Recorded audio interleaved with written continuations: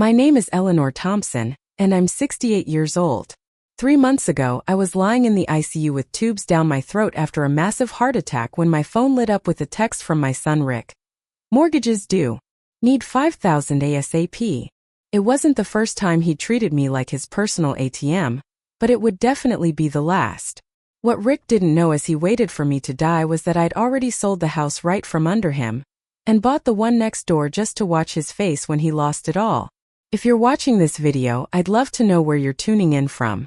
Drop a comment below, hit that like button, and subscribe to hear how I finally stood up to my financially abusive son after decades of manipulation. I never imagined my only child would end up seeing me as nothing more than a financial resource. Our story began when Rick was just 12 years old, after my husband Frank died suddenly from an aneurysm. One day we were planning our family vacation to Yellowstone, and the next I was a widow planning a funeral. Those early years were incredibly difficult. I had to switch from part-time to full-time nursing at Memorial Hospital while somehow being present for Rick as he struggled with losing his father. My career as a registered nurse wasn't glamorous, but it paid the bills. I worked the night shift for nearly 15 years so I could be home when Rick returned from school. Summer camps, sports equipment, weekend trips to visit colleges. I made sure Rick had every opportunity one could afford, even when it meant taking on extra shifts and postponing my own dreams. My supervisor Sarah used to tell me, "Eleanor, you need to take care of yourself too." But in my mind, Rick's needs always came first. Looking back, I can see the early warning signs I chose to ignore. When Rick was 16, he borrowed $300 from my purse to buy concert tickets. When confronted, he argued it wasn't really stealing since I would have given it to him anyway. In college, his monthly allowance mysteriously disappeared within days. Always followed by urgent calls about textbooks, he simply had to have or study materials that couldn't wait. Each time I transferred the money, promising myself I'd be firmer next time. After graduation, Rick landed a decent job in marketing but somehow never managed to build any savings. Birthday gifts became requests for help with rent. Christmas presents turned into paying off his credit card debt. "It's just temporary, Mom," he'd say. "Things are tight right now, but I'll pay you back once this promotion comes through." The promotion always came, but the repayment never did. When Rick hit 35, his wife Melissa filed for divorce. I wasn't entirely surprised. She'd confided in me about his irresponsible spending habits and how he'd hidden debt from her. What did surprise me was his announcement that he needed to move back home, just until he got back on his feet. By then, I had retired at 65 with a modest pension and savings that I'd hoped would carry me through my golden years. "It'll be nice having family around again," I told my friend Diane over coffee.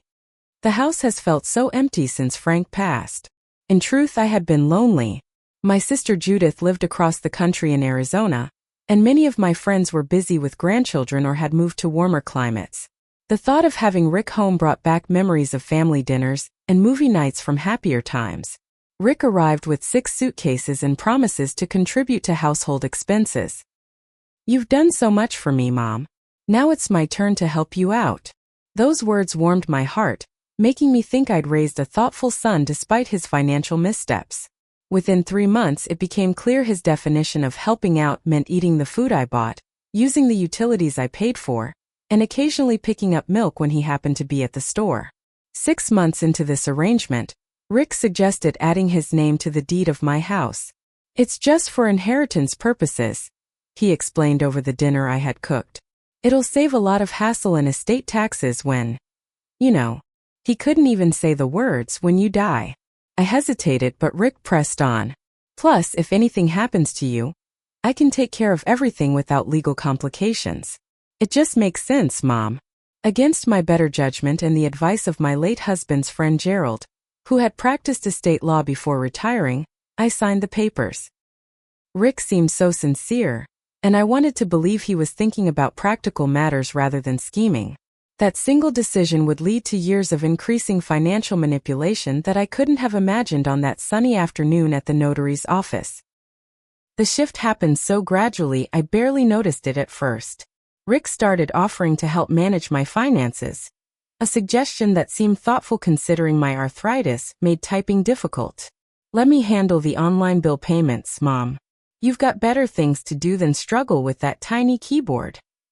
Within 3 months, Rick had taken control of my online banking, email passwords, and even my Social Security direct deposits. My circle of friends began to shrink as Rick found reasons to dislike anyone who questioned his extended stay. Diane stopped coming over after Rick told her it wasn't a convenient time, when she dropped by unannounced. My weekly lunch with former nursing colleagues mysteriously conflicted with appointments Rick had supposedly made for me. I told you about this last week, he'd insist, though I had no recollection of any discussion. Meanwhile, Rick's lifestyle didn't match someone who claimed to be struggling financially.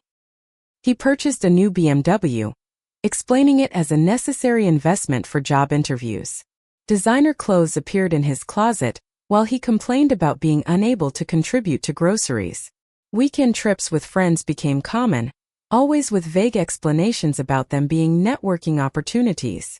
The first truly alarming discovery came when I answered a call from American Express about a missed payment on a platinum card, one I'd never applied for. "Mrs. Thompson, this is the 3rd month you've missed the minimum payment," the representative explained patiently. When I reviewed the statements Rick reluctantly provided, I found thousands in charges for restaurants, electronics, and even a weekend at a luxury resort in Aspen. "The card's in both our names," Rick explained defensively. "I was going to tell you about it, but you've been so stressed lately. I didn't want to worry you with financial details."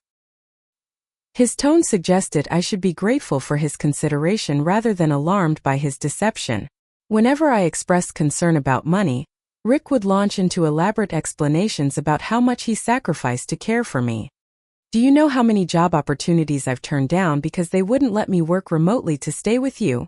he'd say, voice rising in indignation. "My friends are advancing their careers while I'm stuck here making sure you're okay." The guilt would wash over me, silencing my questions. My health began suffering under the constant stress.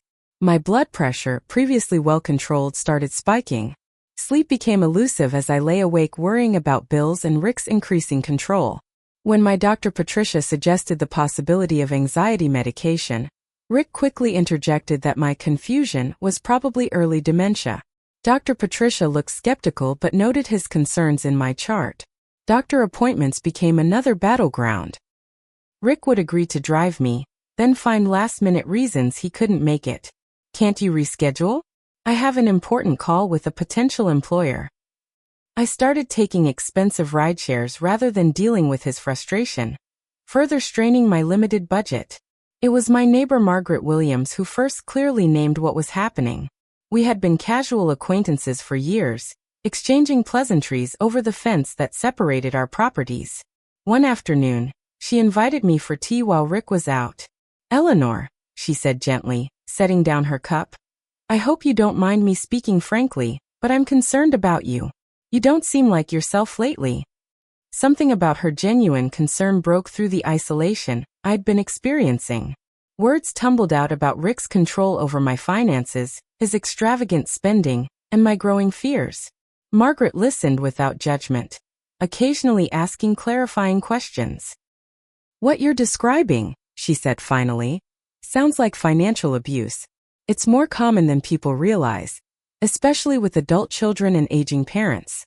The term financial abuse hit me like a physical blow. I'd cared for elderly patients who had experienced this very thing, yet somehow couldn't see it happening in my own home. Margaret's words echoed in my mind that evening as I sorted through the mail that had arrived, or rather, the small portion Rick had left on the counter after removing what he deemed junk. My suspicions prompted me to call my pension administrator the following day when Rick was out. What I learned confirmed my worst fears. My monthly deposits had been redirected to an account I didn't recognize. The customer service representative sounded alarmed. "Mrs. Thompson, this change was made online 3 months ago. We sent a confirmation letter to your home address." A letter I'd never seen. My 68th birthday should have been a pleasant milestone. Instead, it became the day the last illusions about my relationship with Rick shattered completely. I had mentioned wanting a small celebration, perhaps dinner at Antonio's, the Italian restaurant Frank and I had always enjoyed for special occasions. Rick had nodded absently, engrossed in his phone. "Sure, Mom. We'll figure something out." The morning of my birthday arrived with no acknowledgement from Rick. By noon, he had left the house without a word about any plans. At 3 o'clock my phone rang. It was Margaret. "Happy birthday, Eleanor. I was wondering if you'd like to join Thomas and me for an early dinner? Nothing fancy, just a little celebration." I accepted, touched by her thoughtfulness and trying to ignore the hollow feeling left by Rick's indifference. Over a lovely meal at a local bistro, Margaret and Thomas shared stories of their travels and grandchildren. For the first time in months, I felt seen and valued simply for being myself, not for what I could provide. As coffee and dessert arrived, Margaret hesitated, then spoke carefully. "Eleanor, there's something I feel I should mention. Last week, I overheard Rick talking on his phone in your backyard. He was telling someone that you've been slipping mentally, and that he's managing things until arrangements can be made." She reached for my hand. "I wouldn't normally repeat something like this, but given what you've shared with me, I'm concerned." Thomas, a retired accountant, cleared his throat. "And Eleanor, I noticed a sign from Meridian Mortgage in your front yard briefly last month. It was removed the same day, but I recognized it as the company that handles refinancing." Their words confirmed the unease I'd been feeling. Back home that evening, I waited until Rick returned around midnight. When I asked about my birthday, he looked momentarily startled, then quickly recovered. "Oh Mom, I'm so sorry. Work has been crazy and it completely slipped my mind. We'll celebrate this weekend, I promise." The hollow apology might have been enough before, but now it felt like one more manipulation. "Rick," I said quietly, "I need to ask you something important. Have you taken out a new mortgage on the house?" His expression shifted from surprise to calculation so quickly I almost missed it. "What are you talking about? Why would you think that?" "Someone saw a mortgage sign in our yard recently. Since both our names are on the deed, I should know about any financial decisions regarding the property." Rick's demeanor changed instantly. The concerned son vanished, replaced by cold anger. "You're getting confused again, Mom. There was no sign. This is exactly why I've been managing things. You're starting to imagine things that aren't happening." I stood my ground. "I'm not confused, Rick. I want to see our financial statements, all of them. The house papers, bank accounts, credit cards. Everything." "This is ridiculous," he snapped. "I've sacrificed everything to take care of you, and this is the thanks I get?" Accusations and distrust. He stepped closer, his voice lowering. "Maybe it's time we discuss assisted living options. Clearly, you need more care than I can provide at home." The threat hung in the air between us. "You mean nursing homes?" I said quietly. Rick didn't deny it. Instead, his response chilled me to the bone. "You should be grateful I let you stay in my house this long. Most people your age would have been in a facility years ago. My house, the home Frank and I had purchased 35 years ago, the home where we had raised Rick. Now in his mind it belonged solely to him, and I was merely an inconvenient tenant." I retreated to my bedroom without another word, tears streaming down my face once the door closed behind me. For hours I lay awake, replaying years of manipulation and control. The son I had sacrificed foresaw me as nothing more than an asset to be managed and eventually discarded. Around 3 in the morning, a sharp pain radiated across my chest. I dismissed it as stress and heartbreak, not wanting to give Rick the satisfaction of another opportunity to paint me as fragile and incompetent.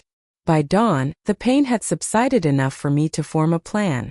After Rick left for what he called a networking lunch, I quietly entered his room. His laptop was gone, but the filing cabinet in his closet wasn't locked.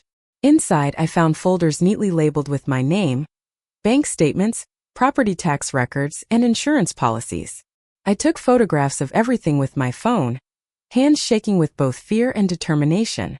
The following day, I asked Margaret to drive me to First National Bank, where I'd been a customer for over 40 years. Susan Anderson, the branch manager, had started as a teller when I was still working night shifts at the hospital. Her face registered concern as I explained my situation. "Let me pull up your accounts, Eleanor," she said, typing efficiently. The color drained from her face as she reviewed the screen. "There have been some significant changes in the past year. Large withdrawals, new accounts opened and closed, and several transfers to external accounts." She lowered her voice. There's also a home equity line of credit taken out 4 months ago for $175,000. The amount made me dizzy. I didn't authorize that. Susan's expression was grave. Your electronic signature is on the documents, but if what you're telling me is accurate, this could constitute fraud. She handed me the business card of a fraud specialist at the bank. You should also consider speaking with an attorney immediately. Walking out of the bank, I felt simultaneously terrified and strangely empowered. The truth, however painful, was finally coming to light. And with it, the first glimmer of a path forward. Attorney James Bennett's office was located in a converted Victorian house downtown. Margaret waited in the reception area while I met with him privately. At 73, James had the sharp mind and compassionate demeanor that immediately put me at ease. I spread out the documents I'd gathered, along with the notes from my meeting with Susan. "Mrs. Thompson," he said after reviewing everything, "what you're describing is elder financial abuse, and it appears your son has committed several potentially criminal acts." He pointed to the home equity line of credit documents. "This signature doesn't match your other legal documents. Additionally, a mortgage taken without proper disclosure to all deed holders can be contested." "What can I do?" I asked, hands clasped tightly in my lap. "We have several options," James explained. "First, we can file for financial conservatorship to protect your remaining assets. Second, we can petition to have your son removed from the deed based on fraudulent activity. Third, we can report the identity theft and fraudulent loans to law enforcement." The thought of potentially sending Rick to jail created a painful knot in my stomach, despite everything he'd done. "I don't want to see him arrested," I admitted. "I just want my home and my independence back." James nodded understandingly. "Let's start with securing your finances and addressing the deed issue. We can always evaluate additional legal steps later if necessary." Over the next few weeks, I executed a careful plan under James's guidance. First, I opened new accounts at a different bank, using Margaret's address for all correspondence. Then, with documentation of the suspected fraud, we redirected my pension and Social Security payments to these new accounts. James filed emergency petitions with the court regarding the fraudulent mortgage and deed issues. "The good news," he explained during our third meeting, "is that the lender appears to have failed to follow proper procedures given the joint ownership. There's a strong case for nullifying both the home equity line and Rick's addition to the deed." Meanwhile, my friendship with Margaret and Thomas deepened. Thomas, I discovered, had been a real estate agent before retiring. "Property values in this neighborhood have increased significantly," he noted one evening over dinner at their home. "If you did decide to sell, you could purchase something smaller nearby and still have substantial savings." The idea took root in my mind. The house held precious memories of Frank, but it also contained the pain of Rick's betrayal.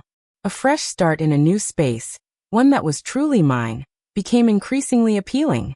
6 weeks after my initial meeting with James, I received the court's decision. Rick's addition to my deed was invalidated due to evidence of coercion and misrepresentation. The fraudulent home equity line was also nullified, though untangling the financial mess would take more time. For the first time in years, I felt a weight lifting from my shoulders. That afternoon, Thomas mentioned something that seemed like fate. "The Hendersons next door to us are moving to Florida next month. Their ranch-style home would be perfect for you. No stairs, updated kitchen, and a manageable yard. Plus," he added with a gentle smile, "you'd have neighbors who actually care about you." The synchronicity was too perfect to ignore.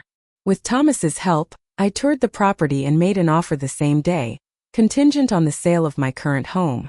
Everything fell into place with surprising speed. A young family with 3 children fell in love with my house, offering slightly above asking price with a flexible move-out timeline.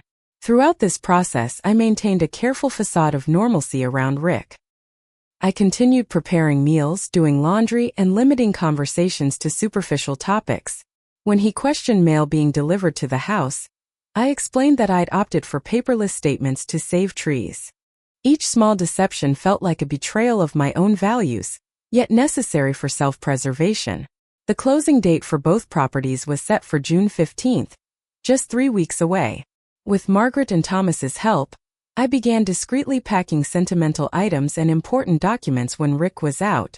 We stored these treasures in their garage, ready for the move that Rick knew nothing about.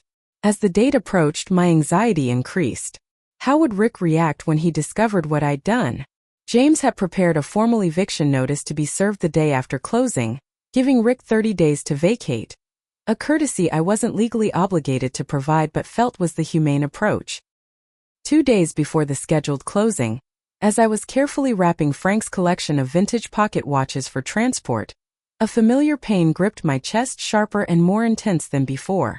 I tried to reach my phone on the nightstand but collapsed before my fingers could touch it. My last conscious thought was that I might not live to see my plan through to completion. I awoke to the rhythmic beeping of monitors and the antiseptic smell that had once been so familiar during my nursing career. A breathing tube prevented me from speaking, but I could see Margaret sitting beside my bed, her face etched with worry. When she noticed my open eyes, she quickly pressed the call button. Dr. Wilson explained later that I had suffered a major heart attack. If your neighbor hadn't found you when she did, we might be having a very different conversation, he said gravely. The surgery went well, but you'll need to make some lifestyle changes going forward. I had been unconscious for nearly 2 days.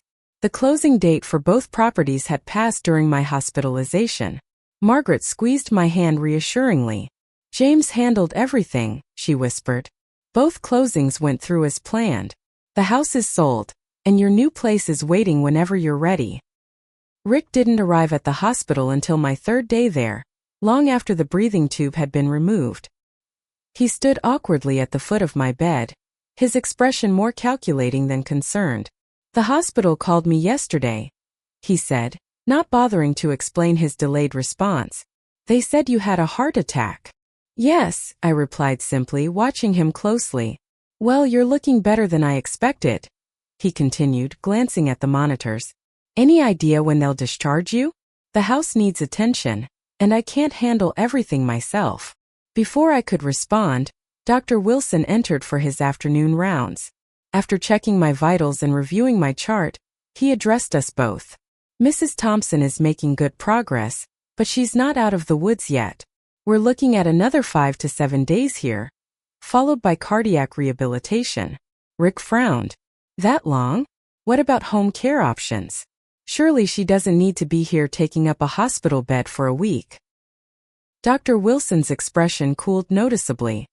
Your mother experienced a significant cardiac event that required emergency surgery. This isn't something to rush. He turned to me. We should discuss long-term recovery plans and lifestyle adjustments to prevent future episodes. As they talked about my prognosis, I caught Rick's expression shifting when Dr. Wilson mentioned potential lifestyle limitations and careful monitoring for the next 6 months. There was no concern for my well-being, only calculation, as though he were reassessing the value of an investment that had unexpectedly depreciated. After Dr. Wilson left, Rick stepped into the hallway to take a call. I could see him through the glass partition, gesturing emphatically. When he returned, he had already invented an excuse to leave. Work emergency, he explained unconvincingly. I'll check on you tomorrow. He didn't return the next day or the day after. What did arrive was a text message on the 5th day of my hospitalization. Mortgages due. Need $5,000 ASAP. No inquiry about my health, no offer of support. Just a demand for money while I lay recovering from heart surgery. Barbara, my day shift nurse, found me staring at the message with tears streaming down my face. Without my asking, she pulled up a chair and sat with me during her break. Something about her kind, no-nonsense demeanor reminded me of colleagues I'd worked with years ago. Family troubles? She asked simply. The whole story spilled out. Rick's financial abuse, the house sale, my plans to start fresh, and now my fears that my health might derail everything. Barbara listened without interruption, occasionally nodding in understanding. My mother went through something similar with my brother, she shared when I finished. It's more common than people think. The important thing is that you've already taken steps to protect yourself. Over the next few days, Barbara helped me use my phone to check on the house sale details and communicate with James. The funds from the sale had been successfully transferred to my new account, and the paperwork for my new home was complete. The eviction notice had been delivered to Rick the day after the closing, though according to Margaret, He had been largely absent from the house since my hospitalization. As my discharge date approached, Rick's messages became increasingly frequent and demanding. Property tax bill came. Need $3,000. Utility shut-off notice. Send money today. Each message confirmed I had made the right decision, yet still cut deeply. This was my son, the baby I had nursed, the child I had raised alone, the young man I had sacrificed for. How had we arrived at this point? Dr. Wilson recommended a 2-week stay at a cardiac rehabilitation facility before returning home. You need supervised recovery and monitoring before living independently, he explained. I agreed readily, not just for my health but for the additional time it would provide for Rick to process the eviction and vacate the property. The day before my transfer to rehab, Rick finally reappeared, looking disheveled and agitated. I got some legal notice about the house, he said without preamble. There must be a mistake. It says the property has been sold and I need to vacate. I met his gaze steadily. It's not a mistake, Rick.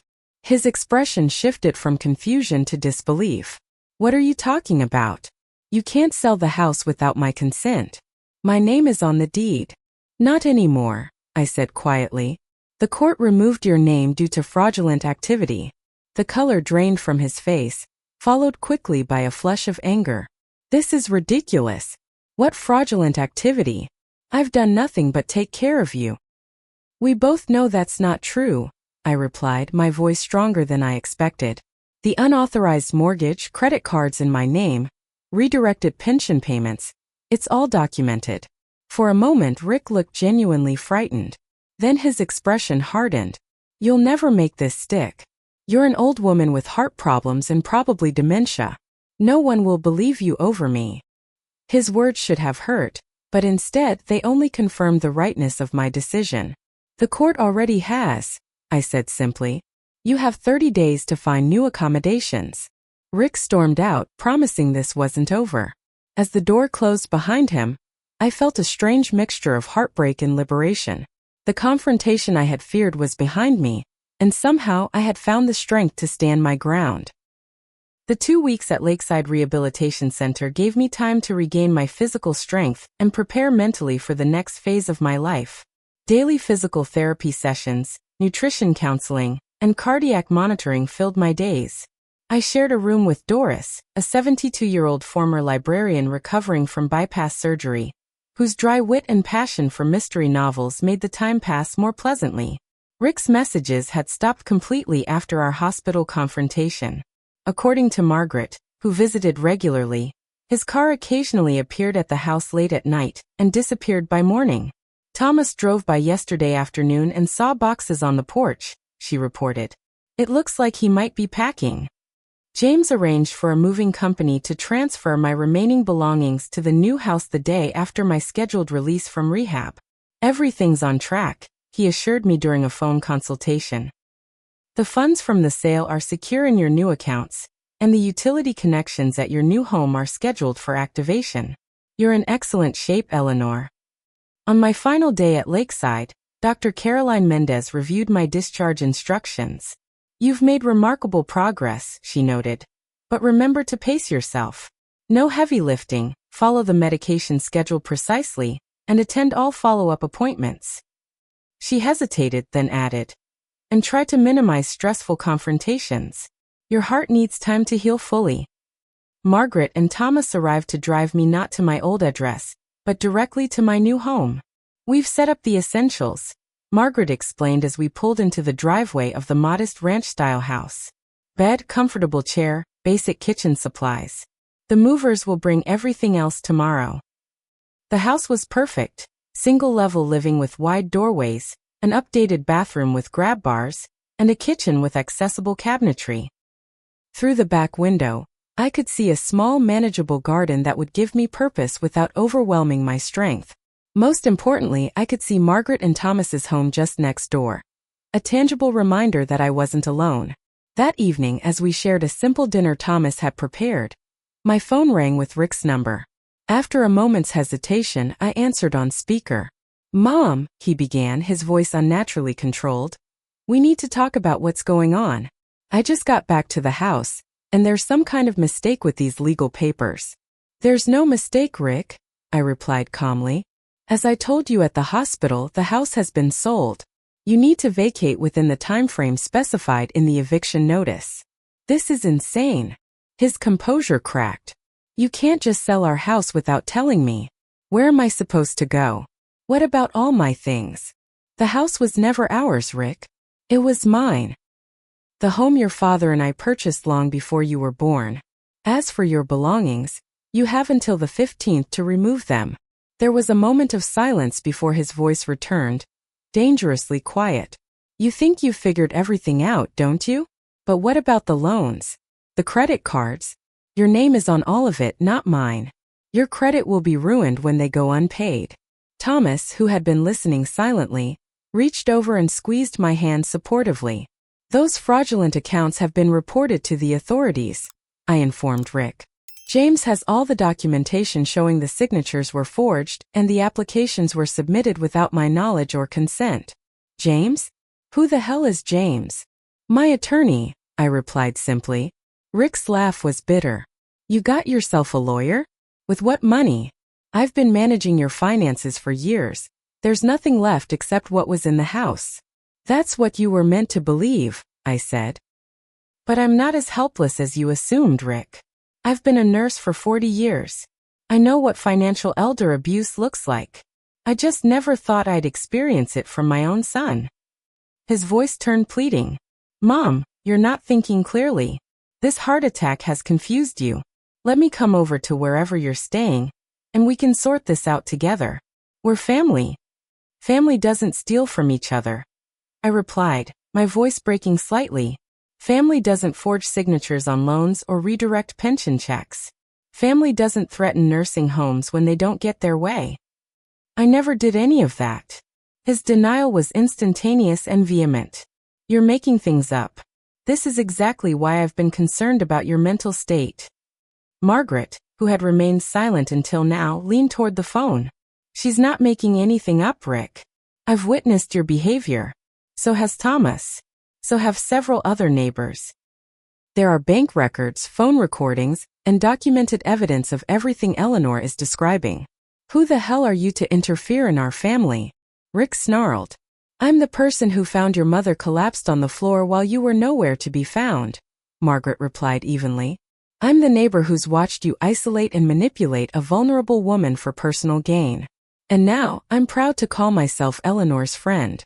Rick's response was a stream of profanity that Thomas cut short by reaching over and ending the call. You don't need to subject yourself to that, he said gently. The phone immediately rang again. And again. After the 5th call, I turned it off completely. He'll come looking for you, Margaret said worriedly. I know, I acknowledged. But I'm not hiding. This house is legally mine, purchased with funds from the sale of my property. If Rick chooses to escalate the situation, James is prepared to seek a restraining order. True to Margaret's prediction, Rick appeared at my new doorstep the following afternoon, just as the movers were unloading the last of my belongings. His shock at seeing me directing the placement of my furniture in a house just steps from my former property was momentarily satisfying. What is this? He demanded, gesturing wildly at the moving truck. Where did you get the money for another house? I stood on the front porch, one hand on the railing for support. From selling my home. The one you tried to steal through fraud and manipulation. I never stole anything, he protested, taking a step toward me. Everything I did was to protect you. Thomas emerged from the house and positioned himself beside me. I think you should leave, Rick. Eleanor needs rest, not confrontation. Rick ignored him, his attention fixed on me. So this was your plan all along? Sell the house out from under me and move in next door to what? Watch me suffer? Get some sick pleasure from seeing me scramble? No, Rick, I said sadly. My plan was to protect myself from further financial abuse. The location was simply fortunate timing. The Hendersons were moving to Florida, and this house met my needs. Financial abuse, he scoffed. You've been reading too many pamphlets at the doctor's office. I took care of you when no one else would. You took advantage of me, I corrected. You isolated me from friends, intercepted my mail, forged my signature on loans, and stole my pension payments.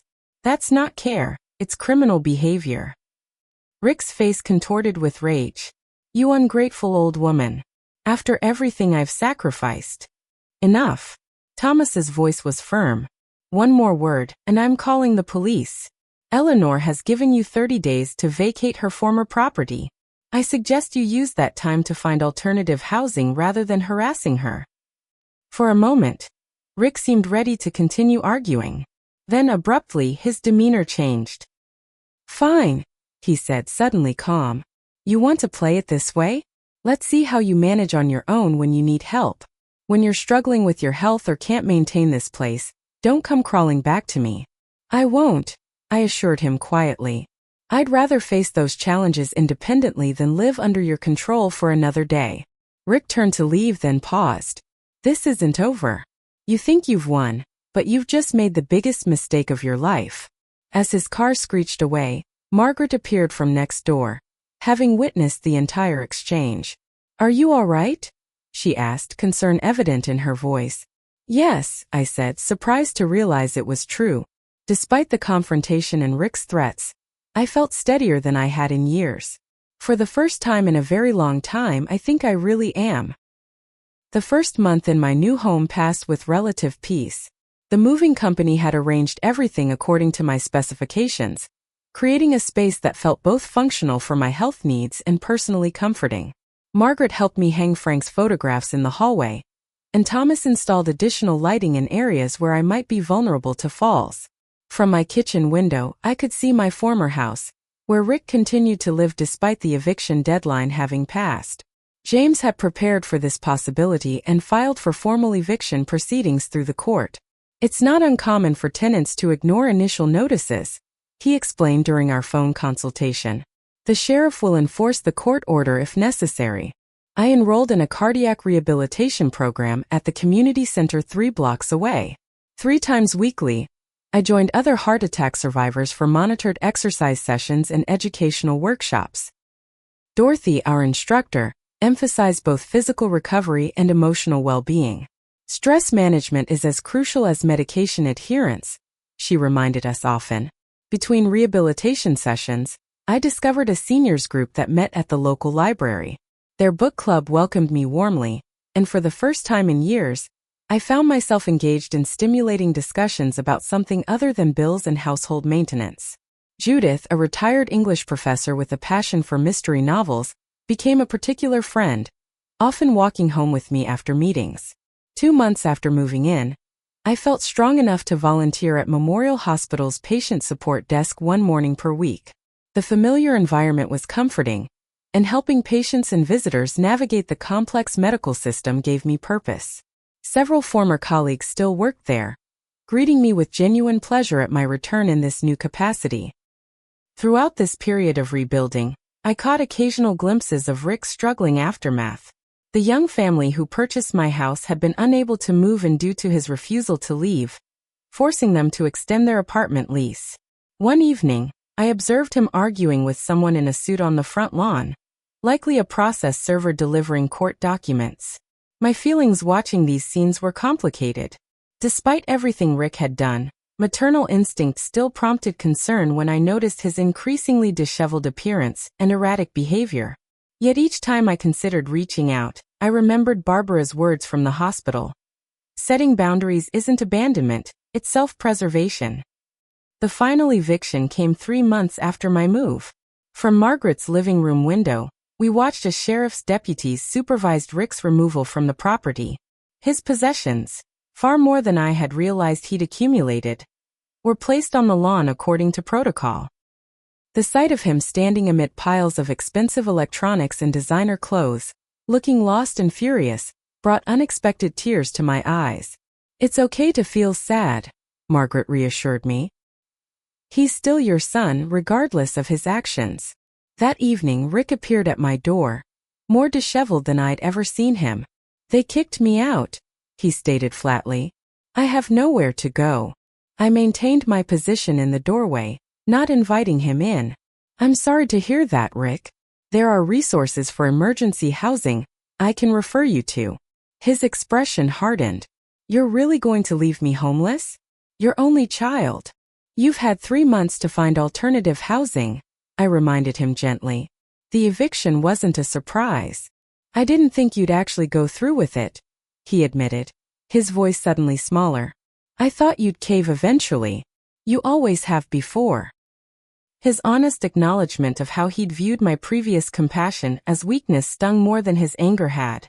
Things are different now, I said simply. Rick's shoulders slumped momentarily before his expression shifted to calculation once more. Look, I've been thinking. Maybe I was a bit harsh before. We could work something out. I could rent a room here, help with maintenance. You shouldn't be living alone after a heart attack. No, Rick, I said firmly. That's not possible. Mom, please, he pleaded, voice cracking. Just until I get back on my feet.